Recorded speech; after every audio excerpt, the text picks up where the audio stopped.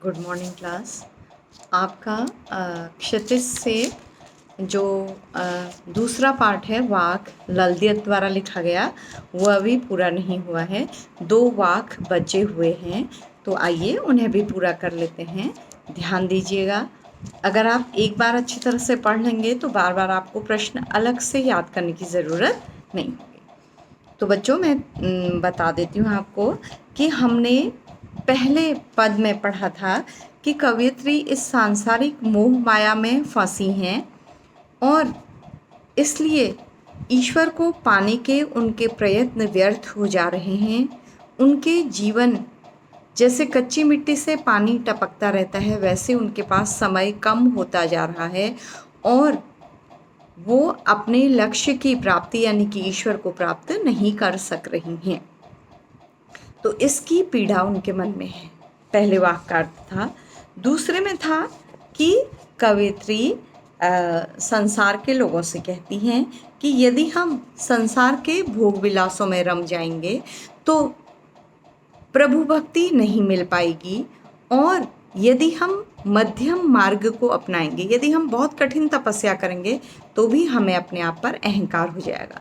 लेकिन संसार में रहते हुए ही हम ज्ञान प्राप्त करेंगे तो हमें ईश्वर मिलेगा। मध्यम मार्ग को अपनाकर हमें हमारे ज्ञान की चेतना खुलेगी, हमारे मन के जो बंद दरवाजे हैं वो खुलेंगे, ज्ञान हमें प्राप्त होगा और ईश्वर की प्राप्ति हो जाएगी। अब तीसरा मैं पढ़ रही हूँ। आई सीधी राह से गई न सीधी राह, जेब टटोली कौड़ी न पाई। अच्छा, मैं पूरा उल्टा पढ़ रही हूँ। आई सीधी राह से गई न सीधी राह पर, सुषुम सेतु पर खड़ी थी बीत गया दिन राह, जेब टटोली कौड़ी न पाई, माझी को क्या दूं उतराई। इसमें कुछ शब्दों के अर्थ देख लीजिए। राह मीन्स रास्ता, सुषुम मीन्स सुषुम्ना नामक नाड़ी। ये बच्चों योग साधना वाले जो लोग होते हैं, जो हठ योग करते हैं, आपने देखा होगा साउथ के कुछ लोग इस तरह का योग करते हैं कि वो कहा जाता है कि अपनी कुंडलिनी को जागृत कर लेते हैं। ये योग का एक टर्म है, इसकी बहुत जानकारी मुझे भी नहीं है। कहा जाता है कि वो अपनी रीढ़ की हड्डी के माध्यम से एक कुंडलिनी को एक सुषुम्ना नाड़ी के सहारे से अपने ज्ञान के तत्व को ब्रह्मरंध्र तक ले जाते हैं और योग की एक स्थिति को प्राप्त कर लेते हैं। तो इससे हमें बहुत ज़्यादा मतलब इस समय नहीं है, तो ठीक है। सुषुम्ना नामक नाड़ी, टटोली खोजना ढूंढना, कौड़ी न पाई कुछ भी नहीं मिला, ठीक है। माझी पार ले जाना वाला व्यक्ति या ईश्वर, यहाँ मतलब है उसका उतराई, पार करने का किराया। मान लीजिए हम किसी नाव में बैठते हैं तो उसमें जो पार ले जाता है हमें, उसे हम क्या देते हैं, कुछ पैसा देते हैं। तो यहाँ भी आप अर्थ पढ़ेंगे तो क्लियर होता जाएगा। आई सीधी राह से, कवित्री कहते हैं कि जब वो संसार में आई थी तो प्रभु भक्ति के लिए वो एक सीधी राह को अपनाने के लिए यहाँ आई थी कि वो सीधे साधे मार्ग से आकर प्रभु को प्राप्त करेंगी। लेकिन गई न सीधी राह, लेकिन ईश्वर को प्राप्त करने के लिए उन्होंने इस सीधे साधे भक्ति के मार्ग को नहीं अपनाया, बल्कि सांसारिक मोह माया में फंस गई, सांसारिक उलझनों में फंस गई, काम वासनाओं में फंस गई और ईश्वर प्राप्ति के मार्ग से भटक गई। उनका जो सीधा साधा रास्ता था वो सीधा नहीं रहा, वो उलझनों में उलझकर कठिन हो गया। ये तात्पर्य है, ठीक है।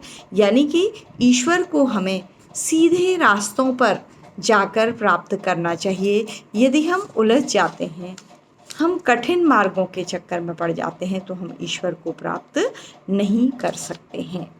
सुषुम सेतु पर खड़ी थी और ईश्वर को प्राप्त करने के लिए उन्होंने कठिन योग को भी अपनाया। सुषुम्ना नाड़ी के सहारे कुंडलिनी को जागृत करने का प्रयत्न भी किया, यानी कि कठिन योग साधना से भी उन्होंने ईश्वर को प्राप्त करना चाहा और इन्हीं प्रयत्नों में बीत गया दिन आह, उनका जीवन रूपी दिन व्यर्थ हो गया, बीत गया, मतलब उन्हें ईश्वर प्राप्त नहीं हो पाया।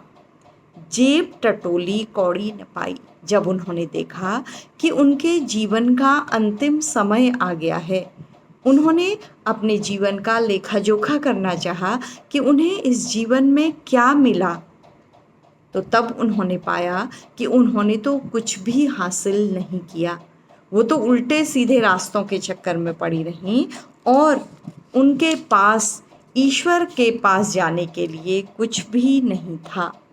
तो अब उनको ये चिंता सता रही थी कि माझी को क्या दूं उतराई। यदि ईश्वर मुझे संसार से पार ले जाना चाहेगा तो मुझे उन्हें उतराई के रूप में देने के लिए क्या अच्छाइयाँ मेरे पास हैं। क्योंकि कवित्री कहती हैं कि संसार में उलझकर कोई भी अच्छे काम वो अपने जीवन में नहीं कर पाई, तो ईश्वर के पास जाने के लिए उनके पास कोई भी ऐसी अच्छाई नहीं है जिसे वो ईश्वर के सामने प्रस्तुत कर सकें।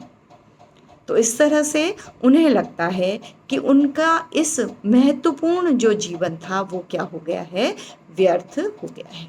यानी कि व्यक्ति को अंत में एहसास होता है कि उसने अपना जीवन प्रभु भक्ति के बगैर, ज्ञान के बगैर व्यर्थ कर दिया, केवल भोग विलास में लगा दिया, जिससे मनुष्य का जीवन क्या हो जाता है, व्यर्थ हो जाता है।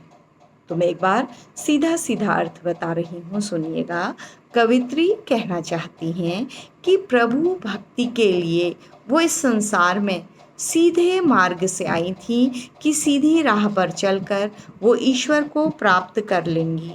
लेकिन यहाँ आकर वो सांसारिक उलझनों में, मोह माया में फंस गई और अपना यह सीधा रास्ता भूल गई।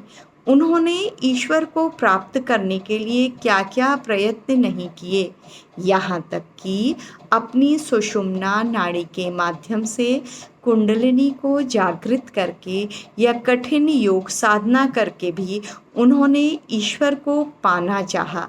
और इन्हीं अलग अलग रास्तों में चलने में उन्होंने अपने जीवन को व्यर्थ कर दिया। जीवन के अंतिम समय में जब उन्होंने अपने जीवन को टटोल कर देखना चाहा कि उन्होंने इस जीवन में क्या ऐसा महत्वपूर्ण ज्ञान या भक्ति हासिल की है जिसे वो ईश्वर के सामने प्रस्तुत कर सकेंगी, तो उन्हें कुछ भी नहीं प्राप्त हुआ। तो जो ईश्वर उन्हें इस संसार से पार करेगा, उस ईश्वर को देने के लिए उनके पास कुछ भी नहीं है और उनका जीवन क्या हो गया, व्यर्थ हो गया। यहाँ पर मनुष्य से कहा जा रहा है कि वो सांसारिक भोग में न पड़कर ईश्वर को ही भक्ति के मार्ग को अपनाकर ईश्वर के को प्राप्त करने का प्रयत्न करे। ठीक है, तो यहाँ पर बच्चों, जब हम सांसारिक स्वार्थों में, प्रपंचों में, छल कपट में फंस जाते हैं तो जीवन के अंत में पश्चाताप के अतिरिक्त हमारे हाथ कुछ भी नहीं लगता है, ये बताया गया है। ठीक है, तो अगला हमारा है बच्चों, इसमें बिल्कुल कबीर की ही भावना है कि ईश्वर हर जगह निवास करता है, तो हमें मनुष्य मनुष्य के बीच या ईश्वर ईश्वर के बीच भेदभाव नहीं करना है। ध्यान दीजिएगा, थल थल में बसता है शिव ही। थल मीन्स जमीन, स्थान।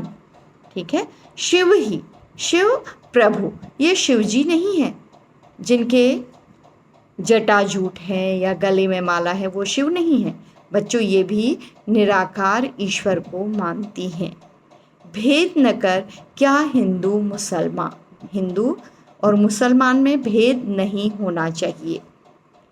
ज्ञानी है तो स्वयं को जान, वही है साहिब से पहचान। बहुत सरल अर्थ है ये, आपको औरों की अपेक्षा सरल लगेगा और कबीर की जो भक्ति है उसकी भावना का भी यहाँ पर आपको दर्शन मिलेगा बच्चों।